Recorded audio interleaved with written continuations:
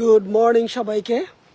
Happy Saturday from Michigan. আমাদের এখানে weather আজকে একেবারেই পারফেক্ট।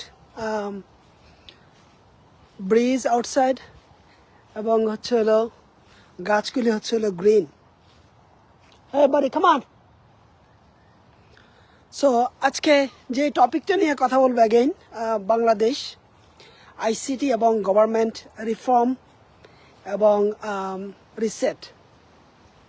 সো প্রথমে টপিকটা নিয়ে টপিকের ইনডেপথ নিয়ে কথা বলি। সেটা হচ্ছে হলো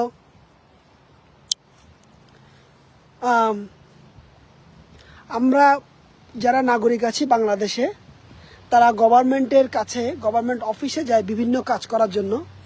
সে কাজগুলি হচ্ছে হলো আমরা জানি জন্ম নিবন্ধন, তারপরে হচ্ছে হলো যে কোনো রেজিস্ট্রেশন, তারপরে হচ্ছে হলো আপনার পাসপোর্ট রিনিউয়াল, এরকম অনেক অনেক অনেক অনেক সার্ভিসের জন্য আমরা গভর্নমেন্ট অফিসগুলিতে যাই। আমরা যে প্রবলেম ফেস করি সেটা হচ্ছে হলো অকল্পনীয়।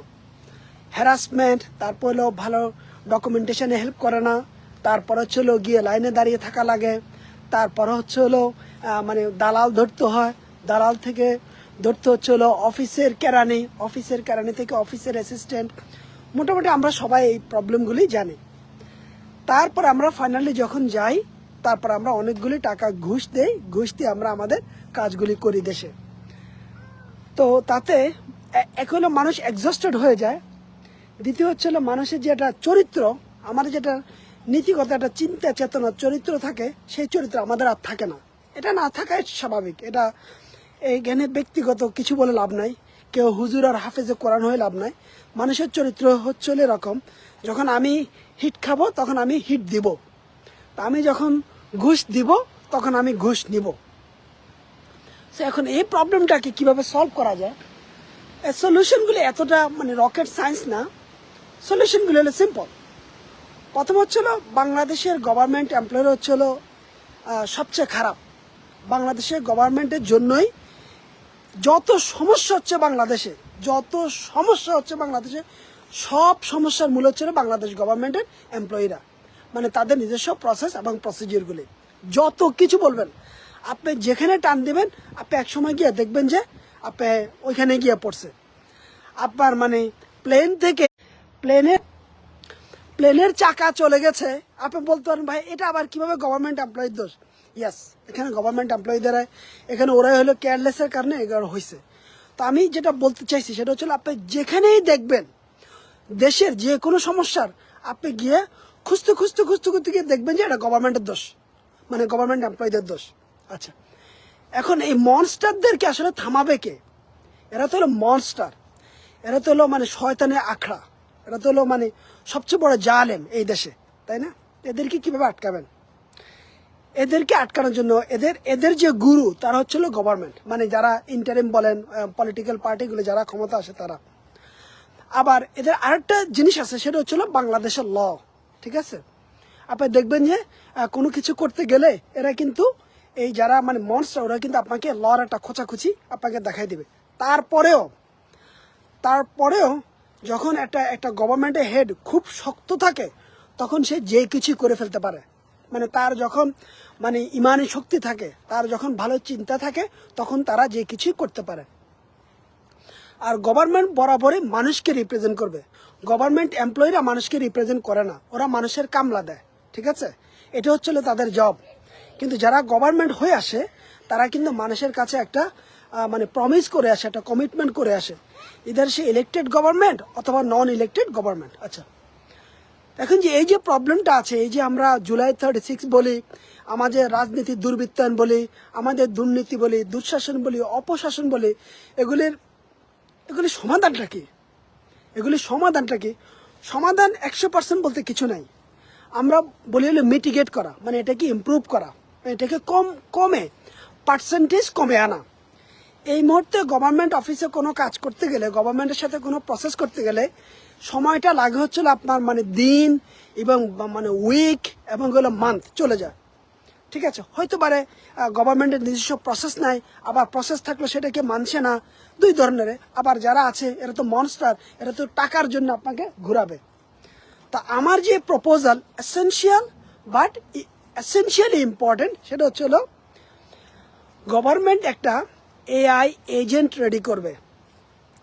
এই এআই এজেন্টের কাজ হচ্ছে হলো প্রত্যেকটা গভর্নমেন্টের সার্ভিসের সাথে কানেক্টেড থাকবে।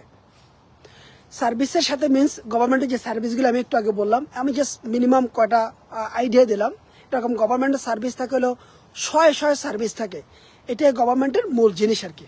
আচ্ছা, সো এই এজেন্টটা একদম মানে এই এজেন্টটা মানে ইন্টারঅ্যাক্টিভলি কাজ করবে। সেটা কাজ কি, ধরুন একটা গভর্নমেন্ট এমপ্লয়ি একজনের সাথে কথা বলছে, একজনের একটা কথা বলছে, কথা বলার সাথে সাথে ভদ্রলোক বলছে, ভাই আমার এটা তো আমি অ্যাপ্লাই করেছি, এটা তো আমার এখনো কোনো পাচ্ছি না, কোনো স্ট্যাটাস পাচ্ছি না। সে বললো আমার এখন সময় নাই, আপনি পরে আমাকে কল দিয়েন, আপনার ফাইল এখনো কিছু হয় নাই, মানে যাচ্ছে তাচ্ছে কথা বলছে, মানে সে দেখেও না জিনিসটা, অথবা সে ইমেলও চেক করে না। তখন এই এজেন্টটা অলরেডি জানবে, ঠিক আছে, এজেন্ট জানবে কি নিয়ে কথা হচ্ছে। এজেন্ট সাথে সাথে আর কিছু বলবে না। এজেন্ট কল শেষ হওয়ার সাথে সাথে, এটা কিন্তু সব ভার্চুয়াল এজেন্ট, এটা কিন্তু সব এআই এজেন্ট সাথে সাথে তাকে একটা নোটিফিকেশন দিবে যে তুমি যে বললা এই ভদ্রলোকের মানে এটা জানো না, এই টিকিটের অবস্থা তো এখন এখানে, এই টিকিটটা তোমার কিউতে পড়ে আছে, এটা তুমি তো এটা রিভিউ করে এটাকে অ্যাপ্রুভাল অথবা ডিনাই করতে হবে, তুমি তো সেটা করছো না। মানে তাকে ইমিডিয়েটলি একটা ফিডব্যাক দিয়ে দিবে এআই এজেন্ট, এবং এটার সাথে সাথে ট্রিগার যাবে হচ্ছে হলো মানে স্টোরেজে চলে যাবে, যেটা স্টোর থাকবে, যেটা একটা এভিডেন্স, এবং সাথে সাথে তার বসের কাছে চলে যাবে যে তাকে এরকম একটা ধমক দেওয়া হয়েছে থ্রু দ্য এজেন্ট। তাহলে আপনার কি বেনিফিট হচ্ছিল, আপনার এই গভর্নমেন্ট যে এমপ্লয়িটা সে যে এত বছর চুরি চামারিতে ব্যস্ত, মানে ক্ষতিতে, মানে মানুষের সাথে খারাপ ব্যবহার, মানুষের সার্ভিস দিত না, টাকা নিয়েও খারাপ ব্যবহার করতো, আপনার ইনস্ট্যান্ট এআই এজেন্ট আপনাকে সাথে সাথে এই জিনিসগুলি এনেবল করে দেবে। তখন যেটা হবে, 1 দিন 2 দিন 3 দিন সে আস্তে করে তার ইমপ্রুভমেন্ট চলে আসবে। আবার যেটা হবে সেটা হচ্ছে হলো উইক শেষে অথবা বাই উইকলি একটা রিপোর্টিং চলে যাবে তার ম্যানেজারের কাছে, সব এআই এজেন্ট করবে। রিপোর্টিংটা কি, যে ধরে নেন আমি যে শিবলু আহমেদ হচ্ছে হলো গভর্নমেন্টের বন বিভাগের এমপ্লয়ি, তার কাছে 10টা ফাইল আসছে পুরো সপ্তাহে, সে মাত্র 3টা কমপ্লিট করেছে, তার মানে কি তার কেপিআই ড্রপ করেছে। কেপিআই হচ্ছে হলো কি পারফরমেন্স ইন্ডিকেটর, মানে তাকে প্রত্যেকটা এমপ্লয়িকে 8 ঘন্টার জন্য 40 ঘন্টায় আমরা তাকে একটা মাইলস্টোন দিয়ে দেবো, এই মাইলস্টোন তাকে হিট করতে হবে। সো আমি মাত্র 3টা ফাইল চেক করলাম পুরো সপ্তাহে, আমার কথা ছিল 10টা ফাইল, তখন এটা তার ম্যানেজারের কাছে চলে যাবে একদম ডকুমেন্টেড ফরম্যাটে, এটা একটা এভিডেন্স হিসাবে। প্লাস এআই এজেন্টের যে মানে ফিডব্যাকগুলি সেটাও চলে যাবে। এই এজেন্ট তাকে ফিডব্যাক দিবে, তাকে কিছু মানে কনস্ট্রাকটিভ মানে ট্রেনিং দিবে যে তোমাকে আর একটু প্রোঅ্যাক্টিভ হইতে হবে, তোমাকে কেউ কল দিলে তুমি তার ফাইলটা ওপেন করতে হবে, ফাইলের কমেন্ট পড়তে হবে, তারপর ডকুমেন্ট দেখতে হবে, মানে এই এজেন্ট সব বলে দেবে। এখন উইক শেষে এই যে শিবলু যে এমপ্লয়িটা, সে যে তার মানে কেপিআই ড্রপ করেছে, সে একটা নোটিশ পেয়ে যাবে তার ম্যানেজার থেকে, সব অটোমেটেড, কোনো ম্যানুয়াল কিছু নাই। এখানে যে বলবে যে আমার ম্যানেজার আমার সাথে ব্যক্তিগত ঝগড়া করতেছে, আমাকে দেখতে পারে না, আমি ভিকটিম গেম আমার মানে গভর্নমেন্ট জবে, এগুলি বলার কোনো অবকাশ নেই, এগুলির সাথে সাথে সব কিছুই অটোমেটেড হয়ে যাবে। আপনি যখন এই রকম জিনিসগুলি চালু করে দিবেন প্রত্যেকটা গভর্নমেন্ট মানে মিনিস্ট্রিতে, ছোট বড় অফিসে, প্রত্যেকটা সার্ভিসের মধ্যে, প্রজেক্ট ম্যানেজমেন্ট বলেন, পিডি বলেন, তারপর হচ্ছে আপনার মানে স্বায়ত্তশাসিত নন স্বায়ত্তশাসিত সব জায়গায় যখন এটা ইমপ্লিমেন্ট করবেন, তখন দেখবেন যে আপনার প্রোডাক্টিভিটি বেড়ে যাবে, এবং সিটিজেনের সাথে গভর্নমেন্টের যে রিলায়েবিলিটি, যে ট্রাস্ট, সেটা মানে ড্রাস্টিকলি আপনার ইমপ্রুভমেন্টের দিকে চলে যাবে। আর আপনার গভর্নমেন্ট এমপ্লয়িকে ফায়ার করার জন্য আপনাকে মাসের পর মাস আপনাকে ওয়েট করতে হবে না, কারণ প্রত্যেকটা এমপ্লয়মেন্টের মধ্যেই আছে যে যদি কোনো এমপ্লয়ি ভালো পারফর্ম না করে, তাকে 30 দিন 60 দিন 90 দিন তারপরে তাকে কি টার্মিনেট করা হবে। এখন আমরা এটা পাচ্ছি না, কারণ কি আমাদের এখন মেজার করার জন্য কোনো প্রসেস ইনক্লুড নেই আমাদের দেশে, ঠিক আছে। কিন্তু আপনি যখন এই এআই এজেন্ট আপনি বসাবেন তখন কিন্তু আপনার পুরো অটোমেটেড এবং ডাইনামিক মেজারমেন্ট সিস্টেম হয়ে গেছে, অ্যান্ড প্লাস এটা আপনাকে কন্টিনিউয়াসলি আপনাকে রিপোর্টিং দিচ্ছে। আর এই রিপোর্টিংগুলি প্রত্যেকটা জিনিস accurately based on your behaviour and the dealing with the services, যে আপনি সার্ভিসগুলি প্রোভাইড করেন ইদার একটা বিজনেসকে অথবা একটা সিটিজেনকে। সো আপনি যখন এইভাবে কাজ করবেন তখন দেখবেন যে আপনার মধ্যে, আপনার কাজের মধ্যে, আপনার সিটিজেনদের মধ্যে ট্রাস্টটা বিল্ড হয়ে গেছে। আমি একদম হলপ করে অপটিমিস্টিকলি বলতে পারি, যখন একটা দেশের সিটিজেন সার্ভিস পায় তার গভর্নমেন্ট থেকে, তখন যে বেনিফিটটা হয়, ওই দেশের সিটিজেন অনেক কিছু করে ওই গভর্নমেন্টের জন্য, অনেক কিছু করে। আপনি বলেন ট্যাক্স বলেন, আইন বলেন, তারপরে হচ্ছে হলো মানে গভর্নমেন্টকে সাহায্য সহযোগিতা বলেন, গভর্নমেন্টের সাথে প্রতারণা থেকে দূরে থাকা বলেন, সব কিছু করে ওই সিটিজেনরা। কারণ কি, মানুষ স্বভাবশূলত দুইটা জিনিসই বিশ্বাস করে। একটা হলো মানুষ মানে যখন দেখে যে ওকে আমি কিছু করলে আমার মধ্যে আইন আছে, মানে আইন আমাকে ধরাই দিবে। আরটা হচ্ছিল যখন আমি কোনো বেনিফিট পাই তখন সে মানে অ্যাজ হিউম্যান সেন্ট্রিক সে ভালো কাজ করতে উদ্বুদ্ধ হয়। আমাদের দেশে দুইটার কোনোটাই নেই। এটা গভর্নমেন্ট এমপ্লয়ীদের মধ্যেও নেই, এটা আমাদের মধ্যেও নেই। কারণ কি, এই জিনিসটা সৃষ্টি করেছে হচ্ছিল গভর্নমেন্ট এমপ্লয়িরা। মানে গভর্নমেন্ট প্রতিষ্ঠানগুলি আমাদেরকে অসৎ, বর্বর এবং প্রতারক করতে আমাদেরকে অনেক সহযোগিতা করে ডে টু ডে এবং বছরের পর বছর। তো এই জিনিসটা গভর্নমেন্টকে মানে সলভ করতে হবে। এখন এটা কিভাবে করবেন? এখন হচ্ছিল এটা বাংলাদেশ আইসিটিকে করবে। মিস্টার ফায়েজ এখন হচ্ছিল আমাদের দায়িত্বে আছে। এই রকম সুদূর প্রসারের চিন্তাধারা সে করবে। আমি জানি না করেছে কিনা, আমি নিশ্চিত করে নাই, কারণ ওটা করলে তো আমরা জানতাম, করলে তো হয়তো নিশ্চয় জানতাম।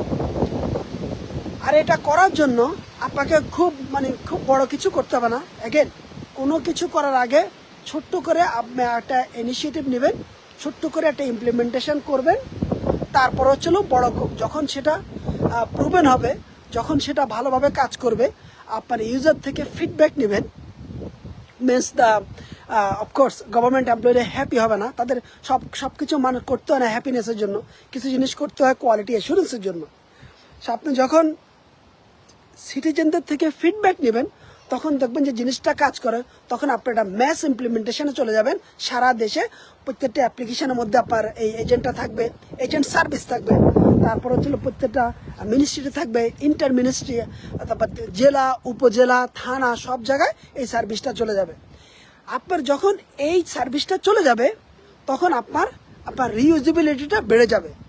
আপনি ভুলেও যদি গভর্নমেন্ট এটাকে প্রজেক্ট করে 100-200 প্রজেক্ট করে যদি অন্যদেরকে দিয়ে দেয়, সেটা হবে হচ্ছিল কল্লা কাটার ডিসিশন। কারণ এগুলি হচ্ছিল সবগুলি সার্ভিস হচ্ছে বলে রিইউজেবল এবং গ্লোবালি ডেভেলপ করতে হবে। গ্লোবাল মিনস সার্ভিসগুলিকে এমনভাবে ডেভেলপ করব আমরা যেটা খুবই ডিকাপলিং হবে, সেটার মধ্যে কোনো স্ট্যাটিক কিছু থাকবে না। আমরা সার্ভিসগুলিকে ডিজাইন করবো হচ্ছিল যেন যে কোনো জায়গায় কম সময়ের মধ্যে আমরা ব্যবহার করতে পারি। সো এখন এই যে আইডিয়াগুলি তো আপনার যদি এখন আপনি কোনো দালালকে দিয়ে দেন, ভেন্ডরকে দিয়ে দেন, সে আপনি একটা জগা খিচুড়ি একটা রিকোয়ারমেন্ট লিখে 300-400 পেজের রিকোয়ারমেন্ট লিখে আরেকটা দালাল পিডিকে দিয়ে দিবে, প্রজেক্ট ডিরেক্টর বাংলাদেশে। তখন সে সেটা করবে, এটাকে সে প্রজেক্ট আকারে ক্রিয়েট করবে। এখন ওই যে রিকোয়ারমেন্ট দিয়েছে সে এসে এখানে এটাকে বিট করবে, পরে সে জিতে যাবে। এটা হচ্ছিল দুর্নীতি এবং এটা হচ্ছিল প্রতারণা। এটা যেভাবে করতে হবে সেটা হচ্ছিল আমাদের এই প্রজেক্টগুলি, এই এসেনশিয়াল সার্ভিসগুলি, এগুলি আমাদেরকেই করতে হবে, যেটা আমাদের ঘরের মধ্যেই করতে হবে। আমাদের এই লোকজন হায়ার করতে হবে, সেখানে এগুলিকে এমবিপি বলেন, পুরাটাকে কাজগুলি শেষ করতে হবে। শেষ করার পরে যখন আমরা বেনিফিট দেখব, আমরা এখানে কম্পিউটার সায়েন্স হায়ার করব, প্রজেক্ট ম্যানেজার হায়ার করব, বিজনেস অ্যানালিস্ট হায়ার করব, তারপর হচ্ছিল ডাটাবেজ ইঞ্জিনিয়ার হায়ার করব। যা যা দরকার সব কিছুই মিনিস্ট্রির মধ্যে থেকে করতে হবে। কোনোভাবে মাত্র এই যে প্রজেক্টটা বললাম, এই যে আইডিয়াটা দিলাম, মাত্র 12 জন লোক হায়ার করলেই এটার এমবিপি শুরু করা যাবে, এবং কালকে থেকেই। ঠিক আছে, একদম কোনোভাবে কোনো দালালের কাছে যাওয়া যাবে না। দালাল হচ্ছে হলো যাদেরকে প্রজেক্ট দিয়ে দেওয়া হয়, ভেন্ডর হলো দালাল। এখানে কোনোভাবে কোনো দালালের কাছে যাওয়া যাবে না এইসব কাজ করার জন্য।